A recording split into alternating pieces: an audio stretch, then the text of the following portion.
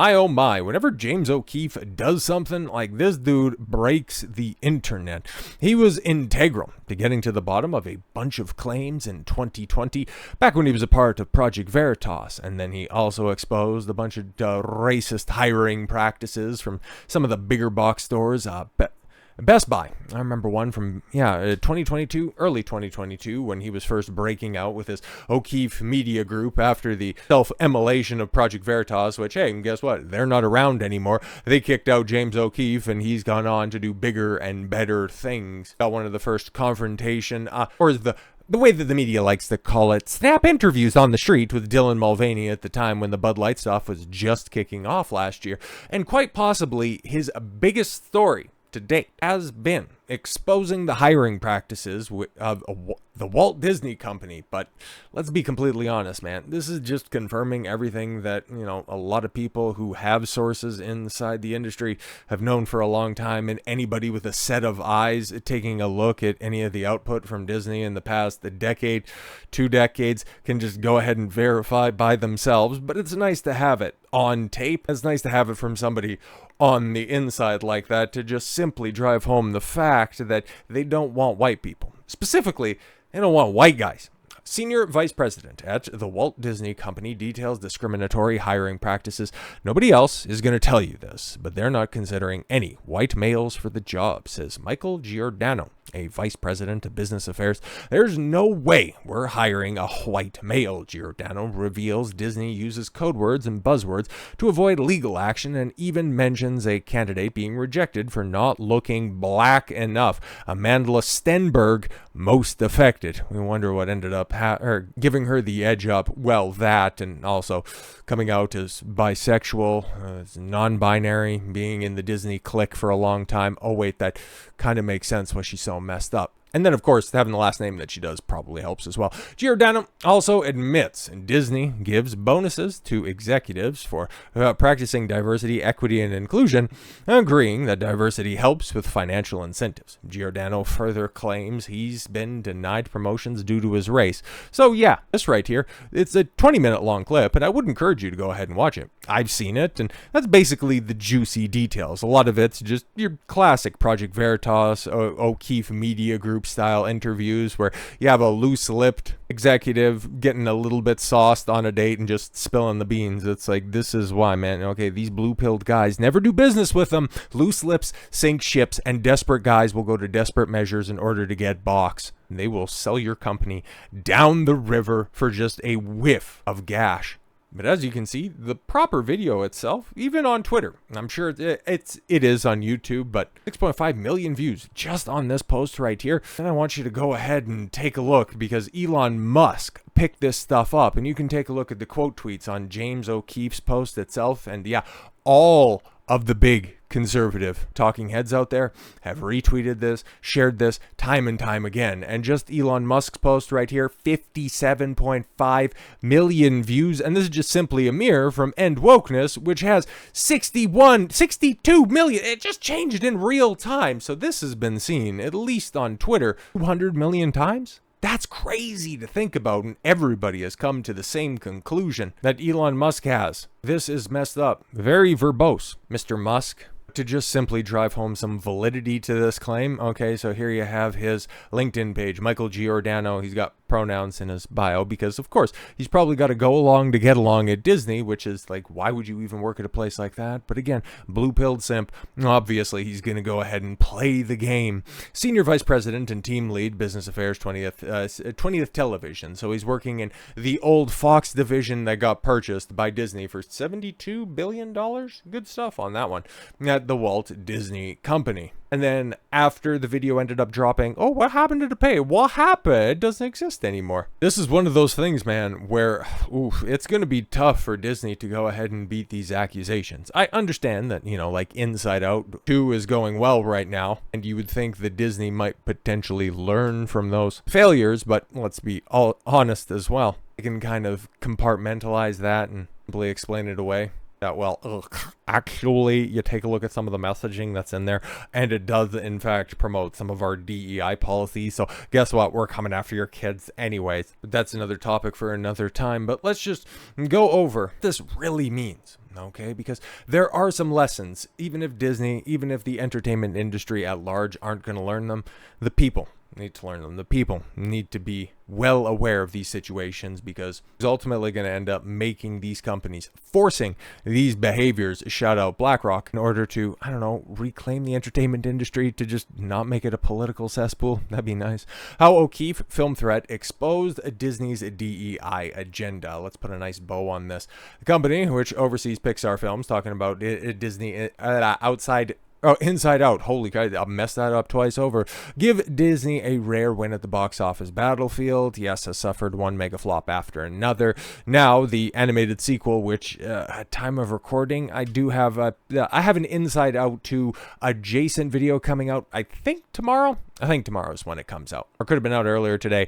Who knows? I can't remember. But it right now has just surpassed Dune 2 as the best performing film of the year. It's well on its way to $1 billion. Didn't see that one coming. It just goes to show you that, yeah, that people are willing to give Disney the benefit of the doubt. Families still want to see good films. Kids are still excited by the Disney brand. There is a reason. There's a big reason why Disney think that they can get away with doing this stuff, is because Disney, as a brand, to kids, thanks to parents who think of Disney in a certain way, who aren't as well apprised of these situations and these covert messaging tactics, still trust the House of Mouse. Talking about O'Keefe unleashed his latest undercover operation, this time targeting Disney's race-based hiring practices. Founder of O'Keefe Media Group caught Disney senior VP Michael Giordano, the executive who unpublished his LinkedIn account. Story went viral. Elon Musk shared the clip. There's much more in the clip, but those who follow Film Threat or conservative activist Christopher Rufo, Rufo sharing that leaked Disney Zoom call where Bob Iger basically tore his rotator cuff, patting himself on the back for putting black people in the movie for the first time by releasing Black Panther. It's super cringe. We talked about that before. And yes, the information isn't technically new, but sometimes it's good to just simply repeat the basics, because there's some people that are new to this stuff. Okay, longtime viewers, people who are well deep in all of these talking points, we know this stuff. Okay, we've seen it for years. We've seen the out-and-out hatred that has been foisted upon straight white men for generations at this point. Sometimes some people are still catching up. You'll eventually get here. Just wait until you get to the point where you start noticing certain patterns, and that's a fun time. But anyways, Film Threat, founded in the 1980s by Chris Gore, has been chronicling Disney's DEI agenda and its punitive impact on the content via the D-Files. The Alan Ng-led series let former and current Disney employees spill internal secrets about the company, from how it essentially chased away some veteran animators to its diversity at all cost plans pre-Inside Out 2. The results have been calamitous to Disney's bottom line, and let's not pretend that this isn't an anomaly, not unlike what is going to happen for Marvel with Deadpool and Wolverine, because we see the rest of the slate that's on the horizon, and brother, it ain't good. We're just going to be able to see how much of a success Inside Out 2 is going to end up translating to Moana 2 towards the end of the year. That'll be interesting. And then, of course, with Mufasa, that's coming out at Christmas, and let's see how much goodwill towards Disney is going to permeate through the rest of the year. I'm just wondering. Films like Lightyear, seemingly a surefire Disney hit, failed. Strange Worlds, failed. Jungle Cruise, failed. Elemental, still lost money. Ergo, shorthand, failed. The Little Mermaid, failed. Oh, but they're the #1 show on a streaming platform that is hemorrhaging subscribers. So cool. You spend $200-300 million on projects so that they can be watched by a dwindling number of people for $10 a month. Good plan that you have there. That's really that big own you're looking for. The term pale and male is stale became an unofficial catchphrase behind the scenes. Yes, that was verified by Chris Gore over at Film Threat. That's what they've been saying. That's what Disney has been saying behind the scenes, and realistically, it just got reinforced by James O'Keefe's team. Independent news site That Park Place has also tracked Disney's actions in the arena. YouTube standouts like Nerdrotic, Critical Drinker track the company's woke transformation, gaining millions of views. Yeah, Nerdrotic more so, and Drinker, well, he just reviews the stuff and points out the overtly bad stuff, but yeah, more or less on his weekly, panel show. But okay, sure, fine. Rufo added his contribution to the effort. Yeah. The conservative activist, a one-man wrecking crew targeting DEI policies, uncovered the secret Disney footage that showed the company employees bragging about the culture war mission.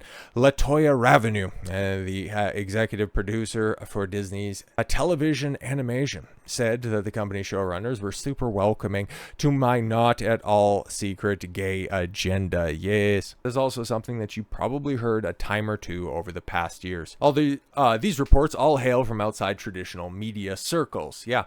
This is in the handiwork of the Hollywood Reporter, Variety, Deadline.com. That's why, yeah, and again, I can go ahead and verify this because, I'd like to throw an article in there, add a little bit of commentary to the controversy over the top of it, and I had to go to, Christian Toto's outlet. I have to go to places like That Park Place, Bounding into Comics in order to get somebody to report on this because, yeah, when it comes to James O'Keefe's report, yeah, no, Variety, Hollywood Reporter, maybe the Daily Mail touched on it, but it's impossible to find anything that's not of today's news cycle. Their search feature is absolute trash. New York Post, New York Times, Washington Post, Washington Times. Nobody's talking about this. No, nobody at all. That's why, thank God, Elon Musk purchased Twitter a couple years back, because without him, James O'Keefe could continue to do this actual journalism, this great work, and nobody would know anything about it. Wouldn't be putting Disney in a hot seat, one that they're eventually going to have to reckon with, because we know fundamentally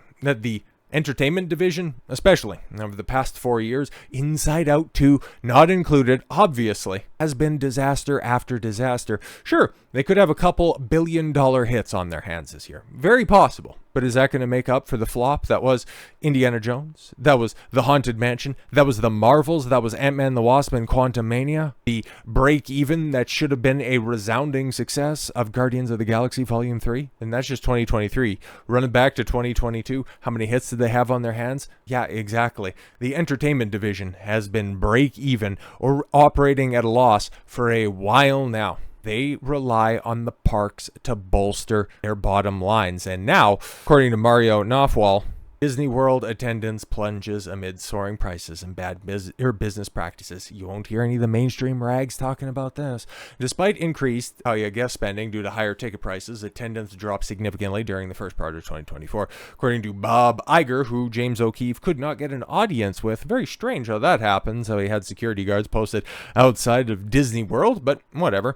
We need to address issues to return to a period of sustained growth. High costs driven by inflation and the absence of the 50th anniversary celebration continued to decline. Disney Cruise Lines performed well, offsetting some losses for domestic parks. So yeah, there you have the triumvirate of Disney's strategy. You got their entertainment aspects, you got their parks, and you got their cruises.